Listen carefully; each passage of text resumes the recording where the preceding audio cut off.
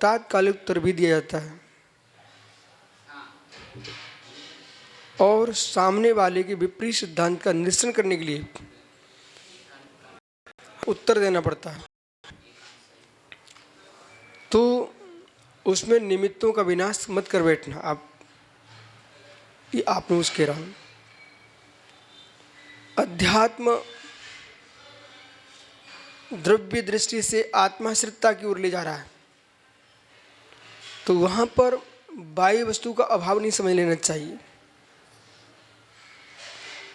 हड्डी का दर्शन कोई कर रहा है अक्सर, इसका तात्पर्य चमड़ी का अभाव नहीं है वहां। ये विज्ञान अद्वैत और ब्रह्म अद्वैत के साथ यही हुआ है। ब्रह्म अद्वैत की भूल क्या हुई है, उन्होंने सत्य स्व को देखा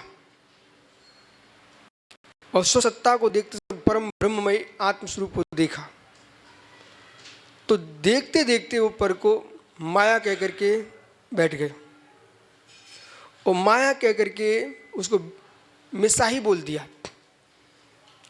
जबकि जगत में कोई माया नहीं है, कोई मिर्सा नहीं है। माया एक कसा है, वो भी वस्तु है। माया धन है, वो भी वस्तु है। वो माया मायाचारी, वो भी वस्तु है। आप हमारे पक्ष को समझो और अपने चिंतन को विस्तार दीजिए। इसलिए आपने माया कहा, इंद्रजाल कहा, पानी का बबूला बोला, ये सूक्ष्म सूचने का विषय था, एक क्षण की पर्याय का विषय था, पर्याय का प्रमाण था, न कि वस्तु का विनाश था। और जो प्रमाण होगा सदा होगा, उसे कोई टाल नहीं सकता। इसलिए ऊपर विचार, ध्रुव पर्याय पर विचार करो। और जो आप कथन कर रहे हो वही वस्तु है, जिससे कथन करो वो वस्तु है, जिसके लिए कथन करो वो वस्तु है। अवस्तु न वाच्य है न अवाच्य, अवस्तु न वाच्य न अवाच्य। अवस्तु महात्मा भोले, गहरे पर चिंतन करो, कोई सारे विषय अलग कर दो। मैंने पूर्व में कह दिया, इनको समझ में नहीं आएगा, वो हलचल मचाएंगे ही मचाएंगे। वस्तु अवस्तु, विचार जो होगा वस्तु पर होगा, अभाव होगा वस्तु का होगा, सद्भाव होगा वस्तु का होगा। अवस्तु का न अभाव है न सद्भाव है, न वाच्य न अवाच्य है। क्योंकि हमारा अभाव पर्यांतर है, हमारा अभाव देशांतर है, हमारा अभाव कालांतर है, हमारा अभाव स्वभावांतर है, लेकिन वस्तु का सर्वनाश नहीं है, वस्तु का विनाश नहीं है। लकड़ी है, जल करके राख हुई है, अभाव हुआ पर्यांतर, लेकिन वस्तु का अभाव नहीं हुआ। राख कहां से बन गई, वही तो बनी है, इसलिए नाश नहीं है। शोक के काल में, वियोग के काल में आदमी पूरा पागल हो जाता है।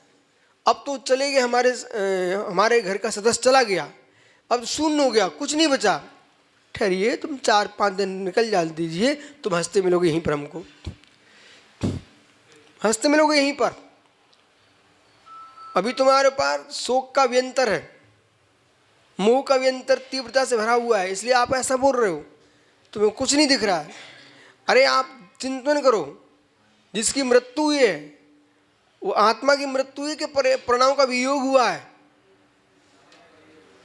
प्राणों का वियोग हुआ ना, आत्मा की मृत्यु नहीं हुई है, वो अन्य जगह उत्पत्ति हो चुकी है उसकी। जैसे तुम्हारा राग कम हो जाएगा, तुम स्वयं शांत हो जाओगे।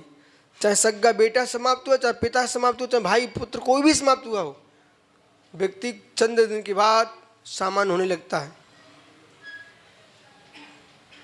समझो, अब दर्शन शास्त्र है, वो दर्शन शास्त्र दूसरे के दर्शन को अदर्शन करना चाह रहा है। इसलिए तुम्हारे लिए वो दर्शन दिखाएंगे जो दर्शन तुमने नहीं किए। जो दर्शन तुमने नहीं किए उसके दर्शन कराना, ये दर्शन शास्त्र का काम है। अब वो दर्शन शास्त्र स्यादवादियों का है कि एकांतवादियों का? स्यादवाद से युक्त है, स्यादवाद चक्रयुक्त है, वे सम्यक रूपणा कर पाएंगे, और स्यादवाद शून्य है, वे सम्यक रूपणा नहीं कर पाएंगे। इसलिए इतना जोर किस पर मैं दे रहा हूं? विषयाकार विकल्प से अनुपलब्धे, इस पंक्ति पर व्याख्या करना आपको। विषयाकार विकल्प से अनुपलब्धे। महात्मा ध्यान दो, यशोधर सागर जी, मैं नहीं नाम ले रहा हूं निसंग सागर, मैं आपसे बात कर रहा हूं। विषयाकार अनुपलब्धे, तो विषयाकार विकल्प से अनुपलब्धे, ये सूत्र कह रहा है विषयाकार से रहित। ध्यान दो, अभी एक मिनट में सबको समझ में आएगा। विषयाकार से रहित किसी भी संवेदन मात्र की उपलब्धि नहीं हो रही। इधर देखो, इधर देखो, देखो ना, गर्मी लग रही क्या पंकज?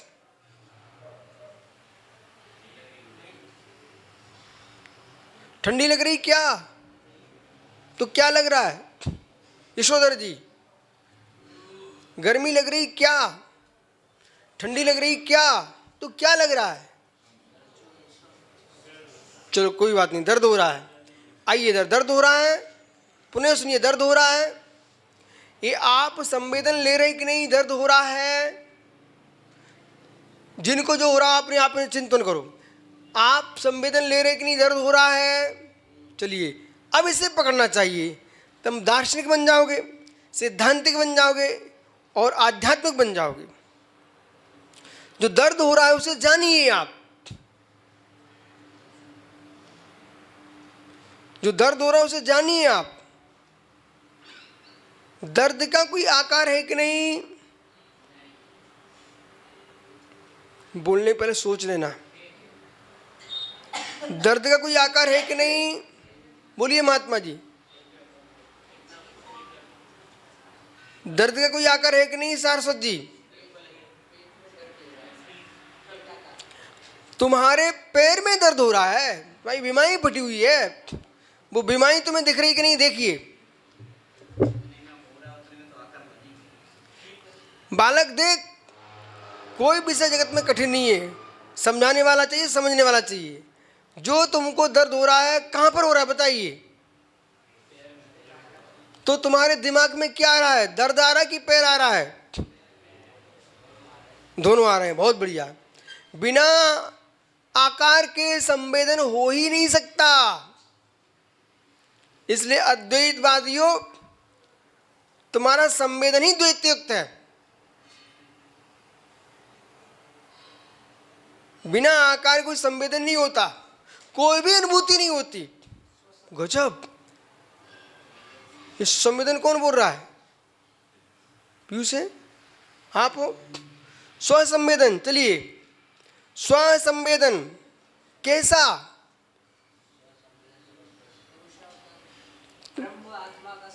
हाँ, वो ब्रह्मात्मा कैसा तुम्हारा? ज्ञान मूर्ति नमामि तम, निराकार से मतलब स्पर्श रस गंध वर्ण से रहित है, इसलिए निराकार। पहले समझो पक्ष को, स्पर्श रस गंध वर्ण रहित है इसलिए निराकार। अमूर्तिक, अमूर्तिक लेकिन स्वयं मूर्तिक, ज्ञान मूर्ति है। हाँ ठीक है, पैर का आकार तुमको दिख रहा है, तुम जो भी आत्मा का संवेदन ले रहे हो वो आप पुरुषाकार आत्मा को पुरुषाकार रूप में ही वेदते हो।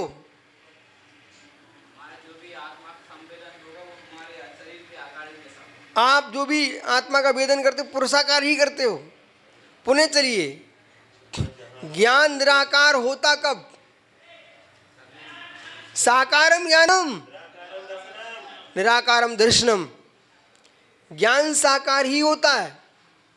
आप कहां से निराकार की कल्पना कर रहे हो? निराकार की कल्पना करो तो बुद्ध हो जाओगे आप।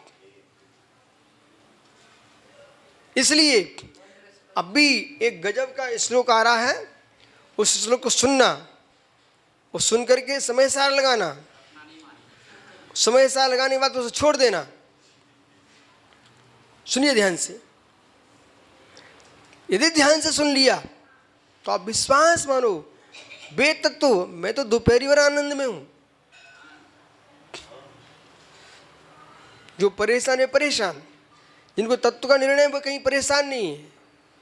और शमशान में भी आनंद है, यदि चित्त का विशुद्धि मसान नहीं बनी तो।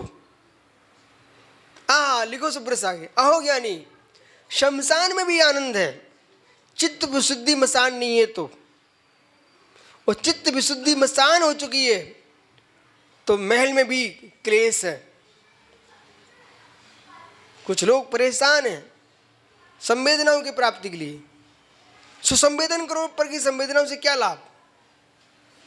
तो मुस्कुराओगे 24 घंटे। सुसंवेदन का आनंद लो,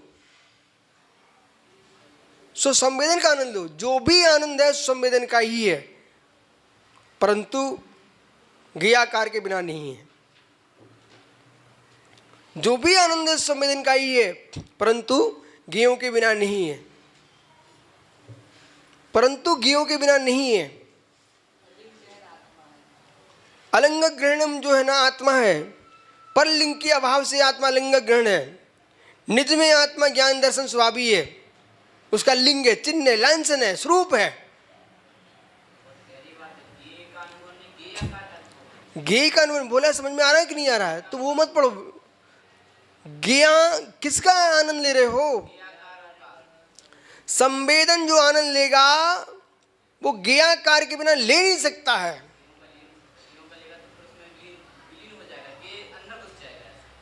संवेदन किसका हो रहा है? ज्ञाकार का आनंद। वाह, ज्ञाकार का आनंद है, ज्ञाकार का आनंद है। इसने तो पूरा समय सार खोल दिया। ज्ञाकार का आनंद है। इधर देखो, ओ बालक अंजड़, अंजड़ खड़ा हो जा। हाँ, ज्ञाकार का आनंद है। इसकी दादी फोटो खिंचवा रही थी, ठीक है? और उससे पूछो वो फोटो दादी है क्या? फिर धीरे से बोलती मेरे पोते का भी खिंच जाने दो गुरुजी।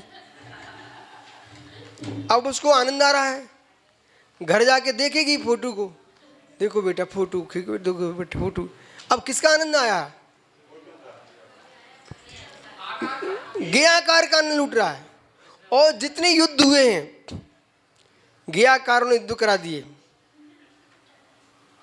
रुक्मिणी का चित्र देखा, शिशुपाल का वध हो गया, ठीक है?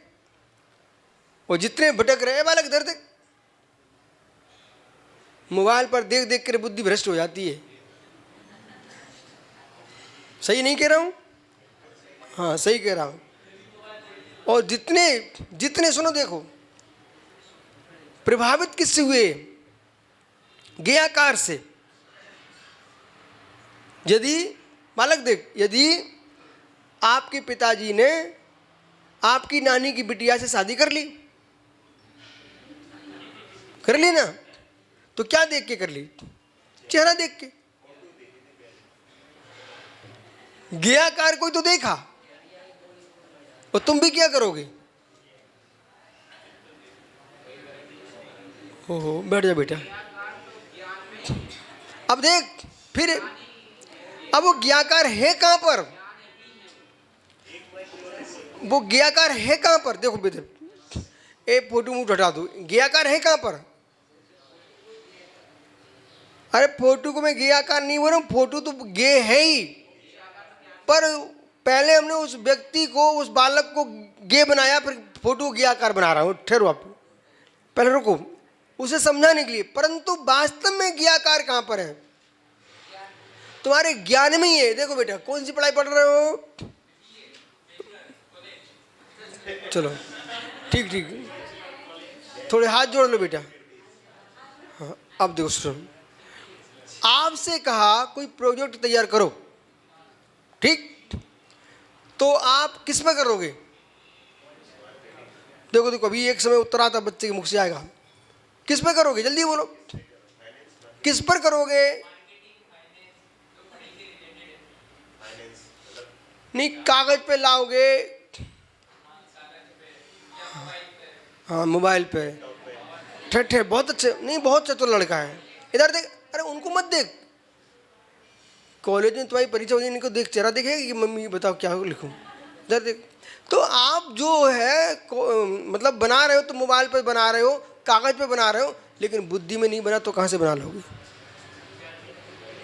बोलो कहाँ बना? ठीक, अब बैठ जाओ, हो गया स्पष्ट? ज्ञेयाकार किस में आता है? ज्ञान में। इसलिए ज्ञेय तो ज्ञान में घुसा ही नहीं है। ये कुंद कुंद बोल रहे हैं, ठीक है, ये वस्तु का स्वभाव बोल रहा है, इस पर ही अब सोचिए आप, कितने चिंतन की जरूरत है, कितनी बुद्धि की जरूरत है। आप कहो सुब्र साग 250 ग्राम बादाम भी खाओ तो पच जाएंगी आप, पढ़ो राष्ट्रशास्त्री।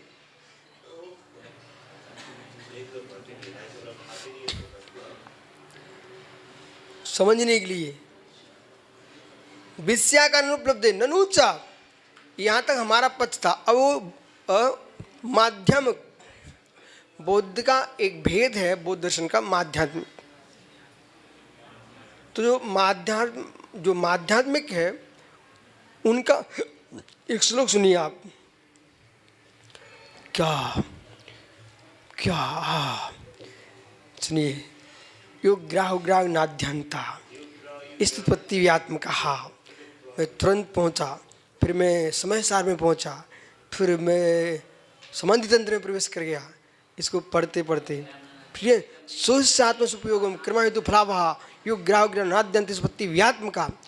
क्या है ना, ये क्लासें क्यों लगती कक्षाएं कि एक बालक था कल, तो बोलता वो महात्मा जी सारस्वत जी यशोधर गए क्या, हाँ बैठे रहे ना, वो बोलता है कि वैसे बुद्धि काम नहीं करती तो टीचर के पास जाते हैं, ठीक है, कोई वस्तु सामने है, कोई वचन वक्ता हो या ग्रंथ हो या ये पेंसिल हो, आप चाहे मेरे लिए प्रवचन करा लो, चाहे मुझे एक डायरी दे दो, एक पेंसिल दे दो, 24 घंटे में निकाल दूंगा, विश्वास मानो।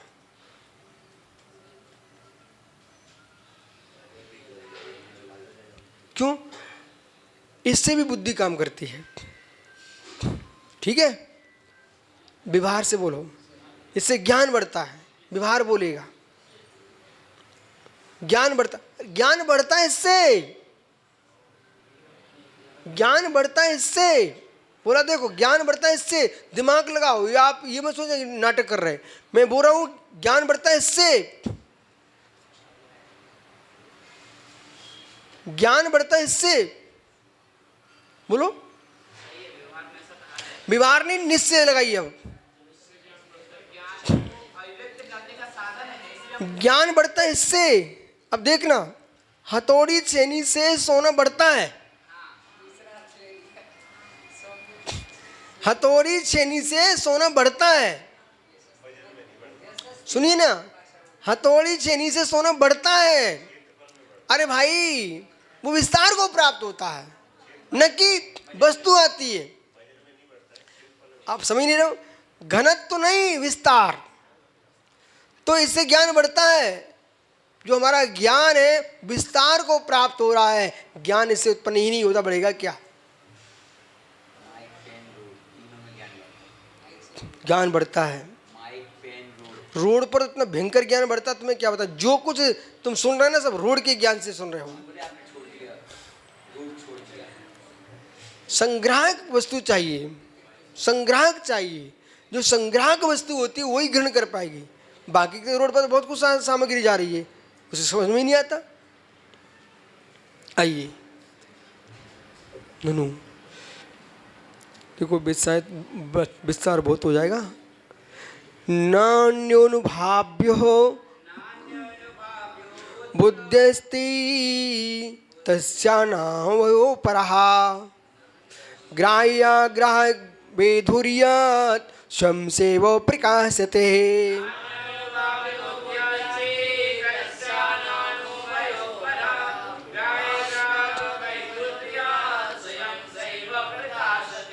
बालक पंकज अलवर, देखो बेटा, तुमने अलवर में भी सुना, तुमने जयपुर में भी सुना, ठीक है ना।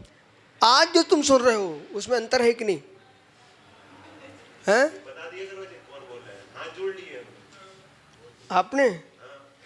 नहीं, आप उसको द्रव श्रुत मान करके सुनिए। आइए, तो ना उनका पहले सिद्धांत पकड़ो, शुद्ध अर्थ निकालते हैं। न अन्यो भाव्य हो, इस बुद्धि के द्वारा अन्य कोई भावित नहीं होता। ओहो, अनुभव का विषय नहीं है। और बुद्धि से तस्नानुभव परा, जो बुद्धि है वो दूसरे के अनुभव का विषय नहीं है। भाई ये बौद्ध दर्शन से बोल रहा हूं, अभी आप पहले सम्यक रूप से समझना। बुद्धि अन्य को ग्रहण नहीं करती, वो अन्य के पास ताकत नहीं है बुद्धि को ग्रहण कर ले।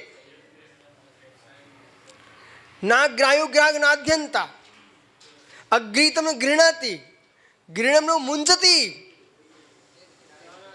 यदि ग्राह्यम न गृह्णाति गृहीतम न मुंचति।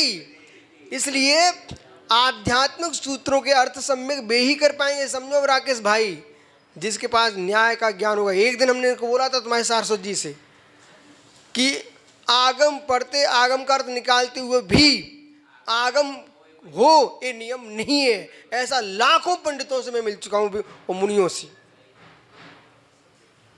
कितने भवों से मिलते आ रहा हूं।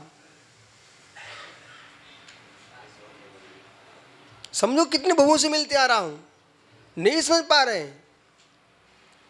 बाहर का सुनिए, पुण्योदय अलग विषय है, भाग्योदय अलग विषय है और प्रज्ञाउदय अलग विषय है। पुण्योदय अलग विषय है। पुण्योदय में बुद्धि कोई जरूरत नहीं पड़ती। कल एक बहुत सुंदर कुत्ता गाड़ी में जा रहा था, ठीक है। हमने एक महाराज से कहा, देख रहे तुम चल रहे लुढ़क रहे हमारे साथ, वो देखो मुझे गाड़ी में जा रहा है, ठीक है। पर उस कुत्ते के संयमोदय नहीं है बेटा, समझ रहे ना। पुण्योदय संयमोदय नहीं है। तुम अपना अवभाग्य मानो, मेरा संयमोदय है और पुण्योदय हम जिव्वरत पर चलते हैं।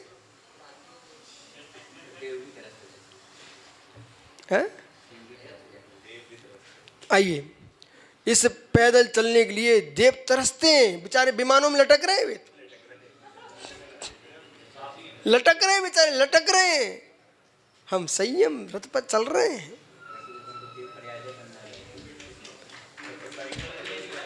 समझने की योग्यता चाहिए। तो उन्होंने क्या बोला, ग्राह्य ग्राहक वेधुर्यात्, मालूम, ग्राही ग्राहक से बेधुर्यात्। ग्राही ग्राहक भाव से आत्मा रहित है, ज्ञान रहित है, तो क्या है, स्वयं से प्रकाशते, वह तो स्वयं से ही प्रकाशमान है। चित् स्वभावाय भावाय सर्वभावांतरच्छते, चित् स्वभाव भावा सर्वभावांतरच्छते। वो हो, ये आप आज सोच रहे हैं ना, तो सही वो, अरे सूर्य प्रसन्न है, चेहरा धूप क्यों में देखते हो, उसे चमक रहा है, ये देखो आप। आइए, तो प्रकाश से बालक, देखो पक्ष सुन लिया तुमने, देखो अभी देखो गड़बड़ मत करो, गड़बड़ हो जाएगा सब। इसको श्रद्धा में लाएंगे सब, पहले सुनिए आप। उन्होंने कहा बुद्धि के द्वारा अन्य कोई वस्तु अनुभव ग्रहण करने योग्य है ही नहीं। ज्ञान के द्वारा, बुद्धि यानी ज्ञान, इस शब्द का प्रयोग कुंद कुंद ने बहुत किया है। ज्ञान के स्थान पर बुद्धि का प्रयोग किया, पूज्यपाद ने भी किया है, अच्छा पूज्यपाद स्वामी ने भी किया है। बुद्धि के, ज्ञान के स्थान पर बुद्धि का प्रयोग किया है। तो बुद्धि व्यवसाय प्रज्ञा सब एक अर्थ आती है। अब वो ज्ञान है ना, ज्ञान किसी को भावित नहीं करता। तो हमने एक दिन आपको समझाया था सब प्रणमन आत्मा का ही चल रहा है, ठीक है, आनंद आत्मा में ही है। इस पक्ष को लेकर क्या बोल रहे हैं, विज्ञान अद्वैत, मतलब ज्ञान का ही संवेदन है, ज्ञान का ही संवेदन है, अन्य कुछ होता ही नहीं है। तो वास्तव में इति ऐसा जो कथन है चाहिए ना, ऐसा नहीं है। ज्ञान के द्वारा ग्रहण करने की कोई भी वस्तु विषयभूत पदार्थ नहीं है। देखो जो विज्ञान अद्वैत है ना, इसका मतलब भी समझ लो, खंडन करने पहले उसका मतलब समझना चाहिए। तो ज्ञान अद्वैत है, वो विषय पदार्थ जगत में नहीं है जो ज्ञान के द्वारा ग्रहण किया जा सके, और ऐसा कोई पदार्थ नहीं जो ज्ञान को ग्रहण कर सके, ठीक है। ज्ञान इसलिए ग्रहण करने योग्य, ग्रहण करने वाले, ग्रहण करने योग्य, ग्रहण करने वाले भेद से रहित जो निर्विकल्प ज्ञान ही, ये देखो बालक, निर्विकल्प ज्ञान ही विज्ञान अद्वैत है। अब पर को जानना अद्वैत नहीं लेना, यहाँ पर विज्ञान अद्वैत है, निर्विकल्प ज्ञान। अब निर्विकल्प क्यों बोल दिया, सारे जगत के विकल्पों शून्य है, इसलिए निर्विकल्प है ज्ञान। परंतु जैन दर्शन कहता है ज्ञान होना ही विकल्प है, साकार है, और दर्शन निर्विकल्प है। देखो हुआ क्या है, आध्यात्मिकता को दर्शन में डाल दिया, इसलिए फंस गया कार्यक्रम। आध्यात्मिक ही रहते, दार्शनिक ना बनते। सुब्रत से आगे ध्यान दो, जितने दर्शन ये बाद में थोपे गए हैं। जैसे आपको मैंने दिखा दिया था एक सज्जन को दुर्ग छत्तीसगढ़ में, वे एक कवि को दार्शनिक सिद्धि करने में लगे हुए हैं, ना समझिए ना आप। तो ऐसे ही ये बनते पहले धर्माचार, आध्यात्मिक जीवन जीने के लिए, उसको खड़ा करने के लिए दर्शन खड़ा कर लेते हैं। अभी आध्यात्मिक पक्ष था, उसे दर्शन में खड़ा कर लिया, तो उन्होंने एकांतिक ज्ञान को निर्विकल्प बोल दिया। यह निर्विकल्प से मात्र मतलब क्या था, पर विकल्पों शून्य, जिसको जैसे स्वामी ने कहा विषय कसाय से शून्य, इसलिए हमारा ज्ञान निर्विकल्प है।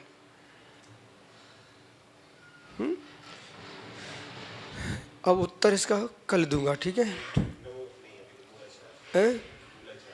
या फिर कर ही दो उत्तर चाहिए ना, ऐसा नहीं है,